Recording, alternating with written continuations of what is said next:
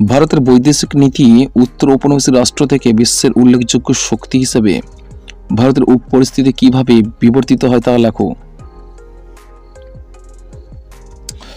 দেখো, ভূমিকা। ভারতের বিদেশ নীতি বা পররাষ্ট্রনীতির মূল লক্ষ্য হল জাতীয় স্বার্থ রক্ষা করা, বিশ্ব শান্তি ও নিরস্ত্রীকরণ প্রচারের সহায়তা করা, আফ্রো এশীয় দেশগুলির স্বাধীনতা ও উন্নয়নের সহায়তা করা এবং আন্তর্জাতিক ক্ষেত্রে ভারতের ভূমিকা বৃদ্ধি করা। এই লক্ষ্যগুলি অর্জনের জন্য ভারত বিভিন্ন নীতি অনুসরণ করে।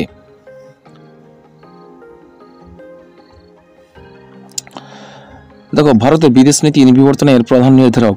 ভারতের বিদেশ নীতি বিবর্তন বেশ কয়েকটি বিষয়ের দ্বারা প্রভাবিত হয়েছে, যার মধ্যে রয়েছে: একে, ভৌগোলিক অবস্থান। ভারত দক্ষিণ এশিয়ার একটি বৃহৎ দেশ, যার উত্তরে হিমালয় পর্বতমালার, পূর্বে বাংলাদেশ এবং মায়ানমার, দক্ষিণে ভারত মহাসাগর এবং পশ্চিমে পাকিস্তান এবং আফগানিস্তান। এই ভৌগোলিক অবস্থান ভারতকে আঞ্চলিক শক্তি হিসেবে প্রতিষ্ঠা করেছে এবং এটিকে বিভিন্ন আন্তর্জাতিক বিষয়ে গুরুত্বপূর্ণ ভূমিকা পালন করতে সাহায্য করছে। দেখো 2 নম্বর, ইতিহাস ও সংস্কৃতি। ভারতের সমৃদ্ধ ইতিহাস এবং সংস্কৃতি তার বিদেশ নীতিকে গঠনের উল্লেখযোগ্য ভূমিকা পালন করেছে। ভারতের ঐতিহ্যবাহী মূল্যবোধ যেমন শান্তিপূর্ণ সহাবস্থান, গোল্ডেন সিমিন, পারস্পরিক শ্রদ্ধা এবং সহনশীলতা তার পররাষ্ট্রনীতিতে প্রতিফলিত হয়েছে। অর্থনীতি। ভারতের অর্থনীতি তার বিদেশ নীতির উপর একটি গুরুত্বপূর্ণ প্রভাব ফেলেছে। ভারত একটি ক্রমবর্ধমান অর্থনীতি এবং এটি আন্তর্জাতিক বাণিজ্য এবং বিনিয়োগে আরও বেশি জড়িত হয়ে উঠেছে। এই কারণে ভারত তার অর্থনৈতিক স্বার্থকে রক্ষা করার জন্য তার বিদেশ নীতিতে পরিবর্তন করেছে। রাজনৈতিক বাস্তবতা। ভারতের রাজনৈতিক বাস্তবতা তার বিদেশ নীতিকে গঠনে একটি গুরুত্বপূর্ণ ভূমিকা পালন করেছে। ভারত একটি গণতান্ত্রিক রাষ্ট্র এবং এটির নীতিগুলি জনমত দ্বারা প্রভাবিত হয়। এছাড়াও ভারতের একটি বড় জনসংখ্যা রয়েছে এবং এটি একটি বৈচিত্র্যময় দেশ। এই কারণে ভারত তার বিদেশ নীতিতে একটি ভারসাম্যপূর্ণ পথ অবলম্বন করতে চায়, যাতে এটি তার সমস্ত নাগরিকের স্বার্থকে রক্ষা করতে পারে। দেখো, ভারতের বিদেশ নীতির মূল লক্ষ্য অর্জন। বর্তমানে ভারতের বিদেশ নীতির বেশ কয়েকটি মূল লক্ষ্য অর্জনের নিষিদ্ধ। এই লক্ষ্যগুলির মধ্যে রয়েছে: একে, ভারতের সার্বভৌমত্ব এবং নিরাপত্তা রক্ষা; 2, ভারতের অর্থনৈতিক উন্নয়নের সমর্থন; 3, ভারতের আন্তর্জাতিক প্রভাব বৃদ্ধি করা। ভারতের বিদেশ নীতির বিবর্তন এই লক্ষ্যগুলি অর্জনে সহায়তা করেছে। ভারত এখন একটি ক্রমবর্ধমান অর্থনীতি এবং একটি শক্তিশালী সামরিক বাহিনী রয়েছে। এটি আন্তর্জাতিক সম্প্রদায়ের একটি গুরুত্বপূর্ণ সদস্য এবং এটি বিশ্বের বিভিন্ন দেশে একটি গুরুত্বপূর্ণ ভূমিকা পালন করে। দেখো, ভারতের বৈদেশিক নীতিতে উত্তর ঔপনিবেশিক রাষ্ট্র থেকে বিশ্বের উল্লেখযোগ্য শক্তি হিসেবে ভারতের উপস্থিতি। প্রথম পর্যায় কি দেবে? প্রথম পর্যায় ছিল 1947 থেকে 1971। ভারত স্বাধীনতা লাভের পর তার বৈদেশিক নীতির প্রধান লক্ষ্য ছিল ঔপনিবেশিকতার পরিণতিগুলি মোকাবেলা করা এবং জাতীয় স্বার্থ রক্ষা করা। এই পর্যায়ে ভারতের বৈদেশিক নীতির মূল নীতি ছিল: 2, নিরপেক্ষতা। ভারত ঠান্ডার যুদ্ধে কোনো সামরিক জোটের সাথে যুক্ত হওয়া এড়িয়ে চলার চেষ্টা করেছিল। 3, আন্তর্জাতিক শান্তি ও নিরাপত্তা রক্ষা। ভারত জাতিসংঘের সদস্য হিসেবে আন্তর্জাতিক শান্তি ও নিরাপত্তা রক্ষার জন্য কাজ করেছিল। 3 নম্বর, আন্তর্জাতিক সহযোগিতা। ভারত দক্ষিণ এশীয় শান্তি ও সহযোগিতা প্রতিষ্ঠার জন্য কাজ করেছিল। দ্বিতীয় পর্যায় ছিল 1971 থেকে 2000। 1971 সালে বাংলাদেশের মুক্তিযুদ্ধের পর ভারতের বৈদেশিক নীতিতে কিছু পরিবর্তন আসে। ভারত তার প্রতিবেশী দেশগুলির সাথে সম্পর্ক জোরদার করতে শুরু করে এবং আঞ্চলিক সহযোগিতার উপর জোর দেয়। এই পর্যায়ে ভারতের বৈদেশিক নীতির মূল নীতি ছিল: 1 নম্বর, প্রতিবেশী দেশগুলির সাথে সম্পর্ক জোরদার। ভারত তার প্রতিবেশী দেশগুলির সাথে অর্থনৈতিক, রাজনৈতিক ও সামরিক সহযোগিতাও জোরদার করতে শুরু করে।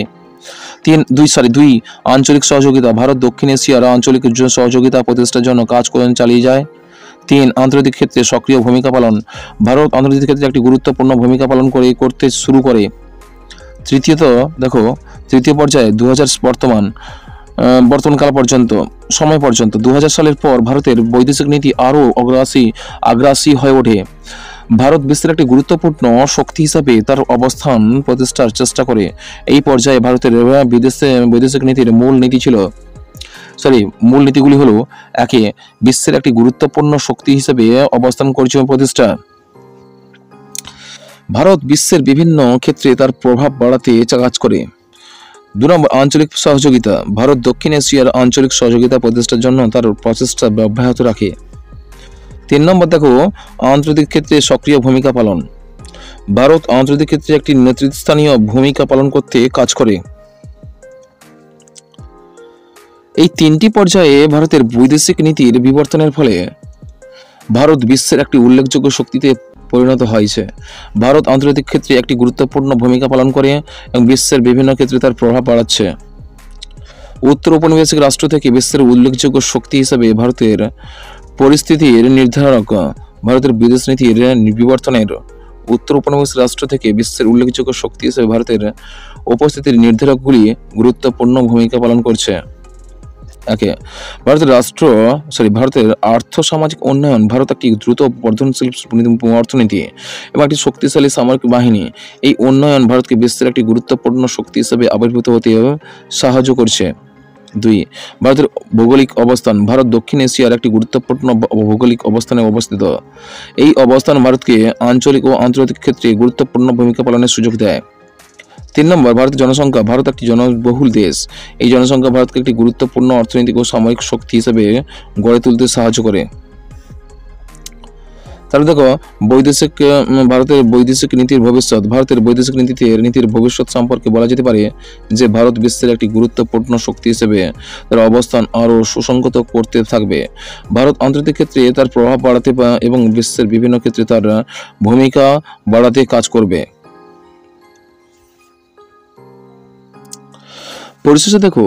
পরিশেষে উপসংহারে তোমরা দেখতে পাবে যে উপরিক্ত আলোচনার শেষে বলা যেতে পারে যে ভারতের বিদেশ নীতির বিবর্তন ভারতের আন্তর্জাতিক অবস্থানকে শক্তিশালী করেছে। বস্তুত 1971 সালের পর ভারতের বিদেশ নীতিতে একটি উল্লেখযোগ্য পরিবর্তন এসেছে। ভারত একটি উদার অর্থনৈতিক নীতির দিকে ঝুঁকেছে এবং একটি আন্তর্জাতিক বাণিজ্য এবং বিনিয়োগের আরও বেশি জড়িত হয়ে উঠেছে। এই কারণে ভারত তার বিদেশ নীতিতে আরও বাস্তববাদী হয়ে উঠেছে। ভারত এখন বিশ্বের বিভিন্ন রাষ্ট্রের সাথে ঘনিষ্ঠ সম্পর্ক গড়ে তুলেছে এবং আন্তর্জাতিক ক্ষেত্রে একটি আরও গুরুত্বপূর্ণ ভূমিকা পালন করার চেষ্টা করেছে। সুতরাং একথা খুব সহজেই বলা যেতে পারে যে ভারত এখন বিশ্বের একটি গুরুত্বপূর্ণ শক্তি হিসেবে আবির্ভূত হয়েছে। তবে ভারতকে তার বিদেশ নীতির চ্যালেঞ্জগুলি মোকাবিলা করার জন্য সতর্কতা অবলম্বন করতে হবে।